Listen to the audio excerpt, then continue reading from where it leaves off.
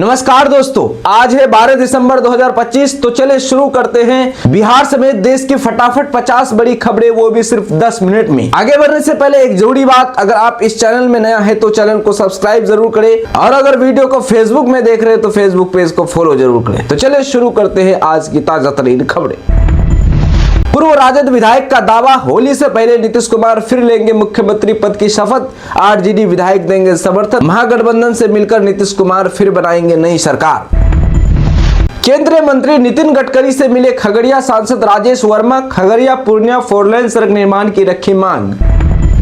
बिहार की राजधानी पटना की सूरत बदलने का ब्लूप्रिंट तैयार। जमीन के नीचे का भी बनेगा डिजिटल नक्शा। शहर की 25 जगहों पर होगा बड़ा बदलाव। बिहार डीएलएड संयुक्त प्रवेश परीक्षा 2026 के लिए आवेदन प्रक्रिया शुरू। 14 दिसंबर अंतिम तिथि। किशनगंज जिले के बहादुरगंज कोचाधामन शकोर सदभिट्टा प्रस्तावित फौजी कैंप के लिए जमीन अधिग्रहण के विरुद्ध एआईएमआईएम नेताओं और स्थानीय लोगों का विशाल मीटिंग में एआईएमआईएम नेता अख्तरुल ईमान ने कहा कि सरकार अगर ऐसे बात नहीं मानती है तो सबको रोड में उतरना होगा।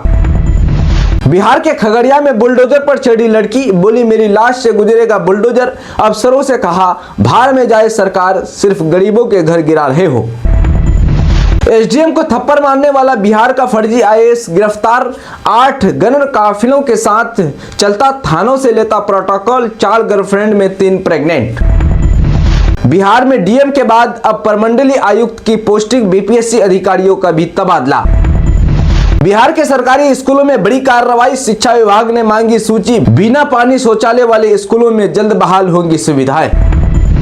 राष्ट्रीय जनता दल आरजेडी को बड़ा झटका। नीतीश कुमार को लोकसभा चुनाव हराने वाले विजय कृष्ण ने लालू को भेजा इस्तीफा पत्र। बिहार के खगड़िया से पूर्णिया तक 4 लेन सड़क के निर्माण की जगी उम्मीद। कई जिलों को मिलेगा लाभ। बिहार में बड़ा प्रशासनिक फेरबदल। 6 आईएएस अफसरों का तबादला। उच्च शिक्षा विभाग के पहले सेक्रेटरी बने राजीव रोशन।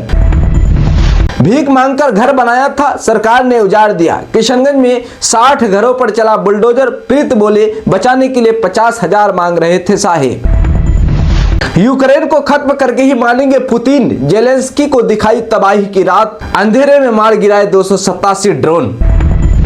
नरेंद्र मोदी सरकार की बड़ी कूटनीतिक जीत। अमेरिका से खत्म हुई 50% टैरिफ की लड़ाई। सबसे अच्छा प्रस्ताव देकर डील की राह साफ। जीत का जश्न फीका। बिहार के 4 नवनिर्वाचित विधायकों को पटना हाईकोर्ट का नोटिस। टेकड़ी, मधुबनी, नरपतगंज और मोहिद्दीनगर विधानसभा के विधायकों की जीत को कोर्ट में चुनौती दी गई है। नागालैंड में CAA के खिलाफ आज हुए विरोध प्रदर्शन। एनएसएफ ने मनाया पूर्वोत्तर काला दिवस। बिहार पुलिस भर्ती परीक्षा में नकली मजिस्ट्रेट गिरफ्तार। रोहतास में परीक्षा सेंटर में घूमा, कैंडिडेट को कार तक लाया, फिर आंसर शीट भी भरवा कर भेज दिया। आजम खान के खिलाफ अब 18 दिसंबर को भड़काऊ भाषण के मामले में आएगा फैसला। अब तक 14 मामलों में से 7 में किए जा चुके हैं बड़ी। व्यापारी ने छत्तीसगढ़ की पुलिस अधिकारी से लड़ाया इश्क, लुटाए करोड़ों। डीएसपी ने नहीं की थी इस अंजाम की कल्पना। जी हां, कारोबारी दीपक टंडन ने दावा किया है कि डीएसपी कल्पना वर्मा ने उन्हें प्रेम जाल में फंसाया, पैसे ऐंठे और महंगे तोहफे लूटे। इस दावे को मजबूत करने के लिए उन्होंने व्हाट्सएप चैट्स, फोटोज, वीडियोस और दस्तावेज मीडिया के सामने रख दिए। हालांकि डीएसपी कल्पना वर्मा ने इन सब को सिरे से खारिज करते हुए कहा कि यह सब फर्जी है और उनके पिता से पुराना वित्त विवाद ही इसके पीछे की वजह है। हालांकि पुलिस में शिकायत के बावजूद अब तक डीएसपी पर एफआईआर दर्ज नहीं हुई है। बीते दिनों संसद में राहुल गांधी ने अमित शाह पर गलत भाषा इस्तेमाल करने का आरोप लगाया और बहस की चुनौती दी। साथ ही वोट चोरी को लेकर उनकी घबराहट बताई। अमित शाह ने बुखार में भी वोट चोरी के आरोपों का जवाब दिया, जिसे प्रधानमंत्री मोदी ने उत्कृष्ट बताया। कांग्रेस ने वंदे मातरम पर चर्चा के बाद प्रधानमंत्री मोदी पर झूठ बोलने का आरोप लगाया। कांग्रेस सांसद सुप्रिया श्रीनेत ने अमित शाह पर डकैती करने का आरोप लगाया और राहुल गांधी की चुनौती स्वीकार करने को कहा। अमित शाह ने कहा कि संसद उनकी इच्छा से नहीं चलेगी और विपक्ष पर झूठ फैलाने का आरोप लगाया। बिहार की राजनीति इन दिनों एक नए मोड़ पर खड़ी है। लालू परिवार से अलग होकर और राजद से बाहर का रास्ता दिखाए जाने के बाद तेज प्रताप यादव ने अपना अलग राजनीतिक ठिकाना जन शक्ति जनता दल खड़ा कर लिया है। 2 बार नीतीश सरकार में मंत्री रह चुके तेज प्रताप यादव अब संगठन विस्तार के लिए कमर कस चुके हैं। उनकी नई पार्टी का महासदस्यता अभियान 12 दिसंबर से शुरू होने जा रहा है और यही वह कदम है जो बिहार की सियासत में नया उबाल ला सकता है। तेज प्रताप यादव ने सोशल मीडिया के जरिए घोषणा की है कि 12 दिसंबर दोपहर 1 बजे उनकी सरकारी आवास 26M स्टैंड रोड से महासदस्यता अभियान 2025 से 28 का आगाज होगा। वह इसे सिर्फ एक औपचारिकता नहीं बल्कि एक वैचारिक आंदोलन और परिवार का विस्तार बता रहे हैं। राजनीतिक भाषा में इसे एक स्पष्ट संदेश माना जा रहा है। तेज प्रताप यादव अब पूरी तरह अलग राह पर चलने को तैयार है और अपनी स्वतंत्रता राजनीतिक पहचान गढ़ना चाहता है तेजस्वी यादव के लिए यह कदम किसी बड़े झटके से कम नहीं है। राजद का वोट बैंक लंबे समय से लालू प्रसाद की सामाजिक इंजीनियरिंग और उनकी करिश्माई विरासत पर टिका रहा है। तेज प्रताप यादव उसी वोट बैंक में सेंध लगाने की क्षमता रखते हैं। विधानसभा चुनाव 2025 में दोनों भाइयों का आमना सामना भी हो चुका है। एक दूसरे के क्षेत्रों में उम्मीदवार उतारना और खुलकर प्रचार करना बताया गया कि घर की लड़ाई अब खुली सियासी जंग बन चुकी है। एनडीए के संपर्क में महागठबंधन के 17 से 18 विधायक। जी हां, जेडीयू के दावे से मची खलबली। आपको बता दें कि बिहार विधानसभा चुनाव 2025 के नतीजे के बाद एनडीए की बम्पर जीत हुई है। 243 विधानसभा सीटों वाले राज्य में एनडीए को 202 पर जीत मिली है। अब जेडीयू की ओर से एक ऐसा दावा किया गया है कि खलबली मच गई है। जेडीयू के एमएलसी और प्रवक्ता नीरज कुमार ने गुरुवार 11 दिसंबर 2025 को एक बड़ा बयान दिया है। महागठबंधन को लेकर नीरज कुमार ने कहा कि जीते हुए विधायकों ने संपर्क किया है। हमने कहा है कि धैर्य रखिए, 17 से 18 विधायक संपर्क में है। नीरज कुमार के बयान पर राजनीतिक शुरू हो गई है। आरजेडी के प्रवक्ता एजाज अहमद ने कहा कि नीरज जी का ये बयान बिल्कुल निराधार है और कहीं न कहीं इस तरह का बयान देकर वह खुद अपनी भद्दी पिटवा रहे हैं। इस बयान से साफ दिख रहा है कि बीजेपी और जेडीयू में नूरा किश्ती का खेल चल रहा है। दोनों में आधिपत्य कायम करने की होड़ लगी है और शाह मात का खेल चल रहा है। रही बात महागठबंधन के विधायकों के टूटने की, तो ये सभी विधायक नफरत के खिलाफ पलायन, रोजगार के मुद्दे पर चुनाव जीत कर आए हैं। इंडिया गठबंधन के जितने भी विधायक हैं वो सभी निस्वार्थ की राजनीति करते हैं। कहीं भी कोई टूट कर जाने वाला नहीं है। अनंत सिंह के घोड़े कहां रहेंगे? मोकामा विधायक को पटना में डुप्लेक्स मिला।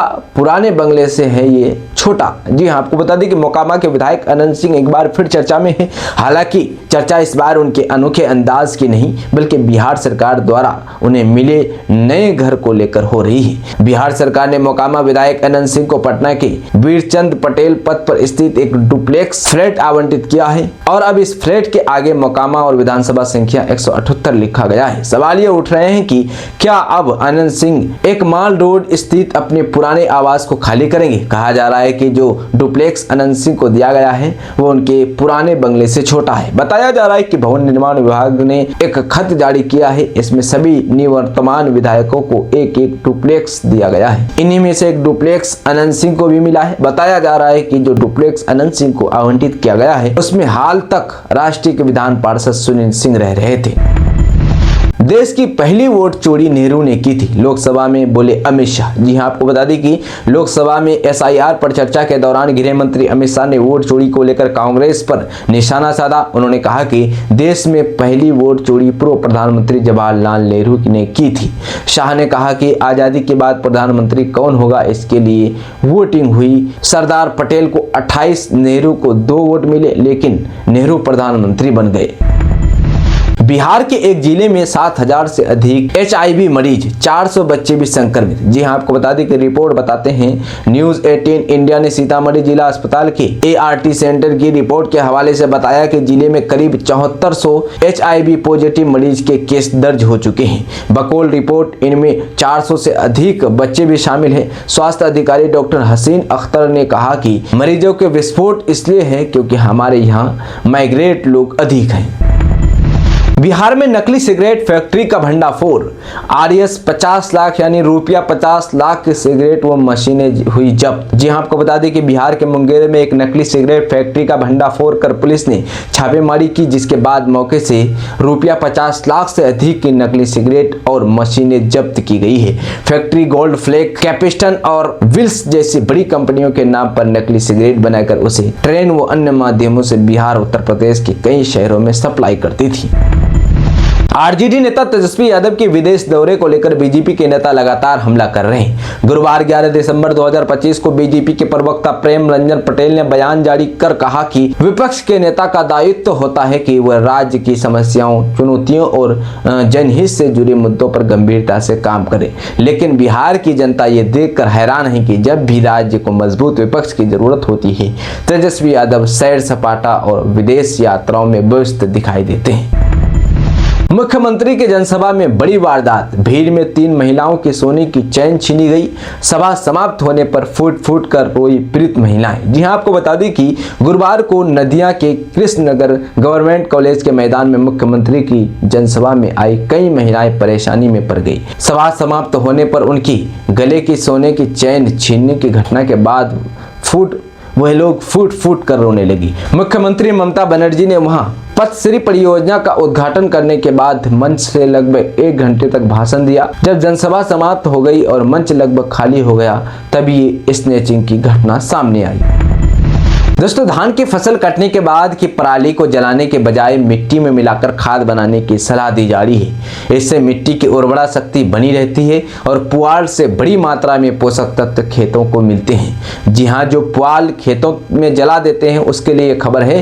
विभाग ने पुआल को मिट्टी में मिलाने वाले कृषि यंत्रों पर भी अनुदान राशि बढ़ा दी है। इसमें straw baler, happy seeder, zero till, cum fertiliser drill, reaper, cum binder, straw reaper और रोटरो मल्चर शामिल है। इन यंत्रों का उपयोग करके किसान फसल अवशेष को खेत में मिलाकर वर्मी कंपोस्ट का खाद तैयार कर सकते हैं। कृषि विभाग ने बताया कि पराली जलाने से मिट्टी का तापमान बढ़ जाता है, जिससे मिट्टी में मौजूद सुरक्षा जीवाणु और केंचुआ मर जाते हैं। जैविक कार्बन नष्ट होने से मिट्टी की उर्वरा शक्ति भी कम हो जाती है, इसलिए पुआल जलाना मना है। पुआल जलाइएगा तो आपको सरकारी जो लाभ मिलता है वो नहीं मिलेगा, क्योंकि वो सरकार लाभ देना बंद कर देता है।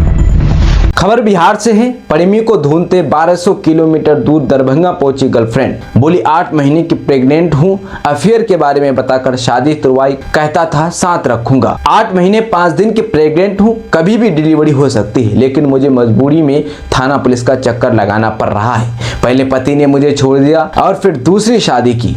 मैं किसी तरह दूसरे पति के घर पहुंची तो पति और उसके माता पिता ने मुझे मार पीट कर घर से बाहर निकाल दिया। ये कहानी 21 साल की उर्मिला की है, जो हरियाणा से 1200 किलोमीटर दूर बिहार में अपने प्रेमी की तलाश में आ गई है। उर्मिला कहती है कि हम मूल रूप से बिहार के सीतामढ़ी की रहने वाली है। मेरी पहली शादी साल 2022 में दरभंगा जिले के सिंहवाड़ा थाना क्षेत्र के 25 वर्षीय रितेश ठाकुर से हुई थी, लेकिन बाद में मेरा अफेयर अपने पति के दोस्त अजीत शर्मा के साथ हो गया, जिसके बाद रिश्ते ने तलाक दे दिया। हम अजीत के साथ रहने लगे। अगर नौबत आए तो इंडिगो के सीईओ को बर्खास्त कर दूंगा। जी हां, नागर विमानन मंत्री राम मोहन नायडू ने क्या हुआ इंडिगो संकट को लेकर सीईओ को बर्खास्त करेंगे। सवाल पर कहा कि अगर नौबत आए तो वो निश्चित रूप से ऐसा करेंगे। उन्होंने कहा उन पर सभी जरूरी दंड लगाऊंगा, सभी पहलुओं पर ध्यान दूंगा। जो भी करूं चाहता हूं उदाहरण बने, ताकि भविष्य में कोई भी एविएशन के साथ खिलवाड़ न करे। कौन है ये महिला अफसर? बिजनेसमैन को प्यार के जाल में फंसाने के आरोपों से मचा हंगामा। जी हां, एक युवा महिला पुलिस अधिकारी कल्पना वर्मा आजकल सुर्खियों में है। रायपुर के एक बिजनेसमैन दीपक टंडन ने उन पर गंभीर आरोप लगाए हैं। उनका दावा है कि कल्पना ने उन्हें लव अफेयर में फंसाकर लगभग 2.5 करोड़ रुपए, एक कार, एक हीरे की अंगूठी और लाखों रुपए के गहने ऐंठे। यह मामला इतना गंभीर है कि इसने पुलिस फोर्स की ईमानदारी पर सवाल खड़े कर दिए हैं। कल्पना वर्मा ने इन आरोपों से पूरी तरह इनकार किया है, इन्हें बुनियादी और राजनीतिक साजिश बताया है। आइए आपको बताते हैं कल्पना वर्मा की पूरी कहानी। कौन है कल्पना वर्मा, वह कब और कैसे डीएसपी बनी? जी हां, कल्पना वर्मा छत्तीसगढ़ पुलिस में एक युवा महिला अधिकारी है। उनका पूरा नाम कल्पना वर्मा है और वह 2016 से 17 के बैच की अधिकारी है, यानी उन्होंने 2016-17 में छत्तीसगढ़ पुलिस ज्वाइन की थी। थी। शुरुआती दिनों में वो सीएसपी माना पुलिस स्टेशन और रायपुर में एटीएस एंटी टेररिस्ट स्क्वाड में जुड़ी थी। बाद में उन्हें कई जगहों पर DSP deputy superintendent of police के पद पर तैनात किया गया है। फिलहाल वो छत्तीसगढ़ के एक संवेदनशील जिले दंतेवाड़ा में डीएसपी के पद पर तैनात है। यह इलाका नक्सली हिंसा की वजह से हमेशा हाई प्रोफाइल रहता है। कल्पना वर्मा को छत्तीसगढ़ में एक सीनियर महिला डीएसपी के तौर पर जाना जाता है, लेकिन उनके शुरुआती जीवन में जन्मतिथि, बचपन, स्कूलिंग या शिक्षा के बारे में कोई सार्वजनिक जानकारी उपलब्ध नहीं है। चलिए, खबर तो यहीं तक है, लेकिन आज मैं देखना चाहता हूं कि आज का मेरा वीडियो को कौन कौन शुरू से अंत तक देखा है। क्या आप अंत तक देखे हैं? तो बिहार के किस जिले से देखे हैं? कमेंट करके अपना जिले का नाम जरूर बताएं। चलिए, शुक्रिया।